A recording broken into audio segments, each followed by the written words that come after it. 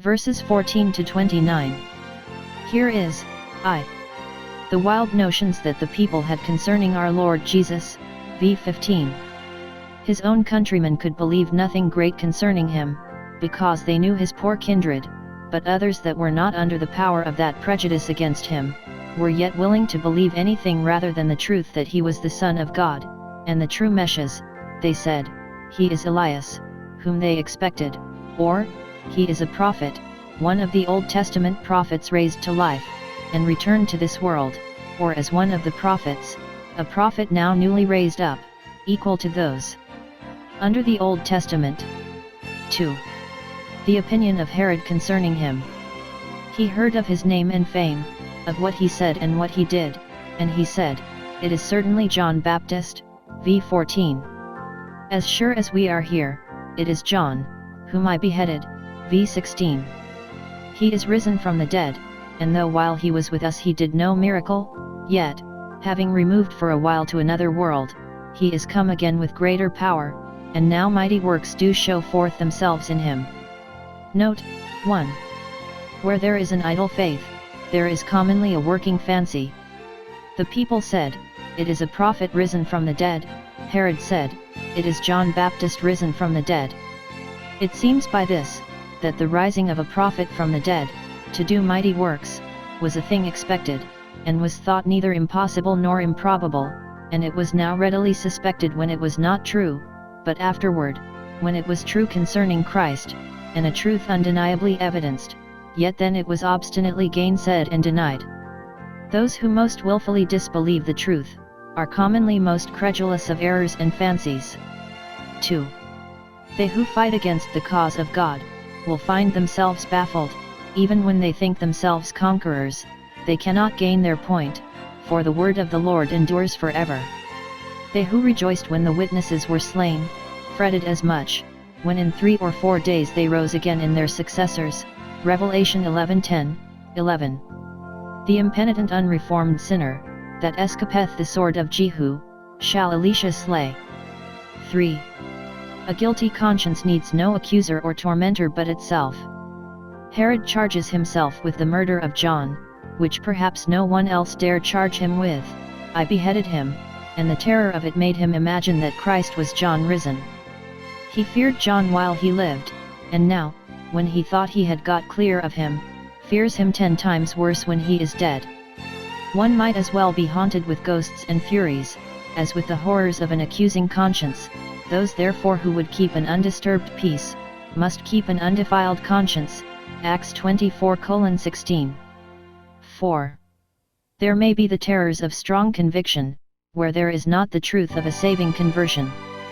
This Herod, who had this notion concerning Christ, afterward sought to kill him, Lu 13:31, and did set him at naught, Lu 23:11, so that he will not be persuaded, though it be by one risen from the dead, no, not by a John the Baptist risen from the dead. 3. A narrative of Herod's putting John Baptist to death, which is brought in upon this occasion, as it was in Matthew. And here we may observe 1. The great value and veneration which Herod had sometime had for John Baptist, which is related only by this evangelist, v. 20. Here we see what a great way a man may go toward grace and glory, and yet come short of both, and perish eternally. 1. He feared John, knowing that he was a just man, and a holy. It is possible that a man may have a great reverence for good men, and especially for good ministers, yet, and for that in them that is good, and yet himself be a bad man. Observe, 1. John was a just man, and a holy. To make a complete good man, both justice and holiness are necessary, holiness toward God, and justice toward men. John was mortified to this world, and so was a good friend both to justice and holiness. 2. Herod knew this, not only by common fame, but by personal acquaintance with him. Those that have but little justice and holiness themselves, may yet discern it with respect in others. And 3. He therefore feared him, he honored him. Holiness and justice command veneration, and many that are not good themselves, have respect for those that are. 2. He observed him, he sheltered him from the malice of his enemies, so some understand it, or, rather, he had a regard to his exemplary conversation, and took notice of that in him that was praiseworthy, and commended it in the hearing of those about him. He made it appear that he observed what John said and did. 3. He heard him preach, which was great condescension, considering how mean John's appearance was. To hear Christ himself preach in our streets will be but a poor plea in the great day. Lu 13:26. 4. He did many of those things which John in his preaching taught him. He was not only a hearer of the word, but in part a doer of the work. Some sins which John in his preaching reproved, he forsook, and some duties he bound himself to, but it will not suffice to do many things, unless we have respect to all the commandments. 5. He heard him gladly. He did not hear him with terror as Felix heard Paul, but heard him with pleasure. There is a flashy joy, which a hypocrite may have in hearing the word. Ezekiel was to his hearers as a lovely song, Es 33:32, and the stony ground received the word with joy. Lu 8:13. 2. John's faithfulness to Herod, in telling him of his faults. Herod had married his brother Philip's wife, v. 17. All the country, no doubt, cried shame on him for it, and reproached him for it, but John reproved him, told him plainly, "It is not lawful for thee to have thy brother's wife." This was Herod's own iniquity, which he could not leave, when he did many things that John taught him, and therefore John tells him of this particularly. Though he were a king, he would not spare him, any more than Elijah did Ahab, when he said, "Hast thou killed and also taken possession?" Though John had an interest in him, and he might fear this plain dealing would destroy his interest, yet he reproved him, for faithful are the wounds of a friend, Prov 27:6, and though there are some swine that will turn again, and rend those that cast pearls before them, yet, ordinarily, he that rebuketh the man, if the person reproved has anything of the understanding of a man, afterwards shall find more favor than he that flattereth with his tongue. Prov 28:23. Though it was dangerous to offend Herod, and much more to offend Herodias, yet John would run the hazard rather than be wanting in his duty. Note, those ministers that would be found faithful in the work of God, must not be afraid of the face of man. If we seek to please men, further than is for their spiritual good, we are not the servants of Christ. 3. The malice which Herodias bore to John for this, v. 19, she had a quarrel with him, and would have killed him, but when she could not obtain that, she got him committed to prison, v. 17. Herod respected him, till he touched him in his Herodias. Many that pretend to honor prophesying, are for smooth things only, and love good preaching, if it keep far enough from their beloved sin, but if that be touched, they cannot bear it. No marvel if the world hate those who testify of it that its works are evil. But it is better that sinners persecute ministers now for their faithfulness, than curse them eternally for their unfaithfulness. 4. The plot laid to take off John's head. I am apt to think that Herod was himself in the plot, notwithstanding his pretenses to be displeased and surprised, and that the thing was concerted between him and Herodias, for it is said to be when a convenient day was come, v. 21, fit for such a purpose. 1.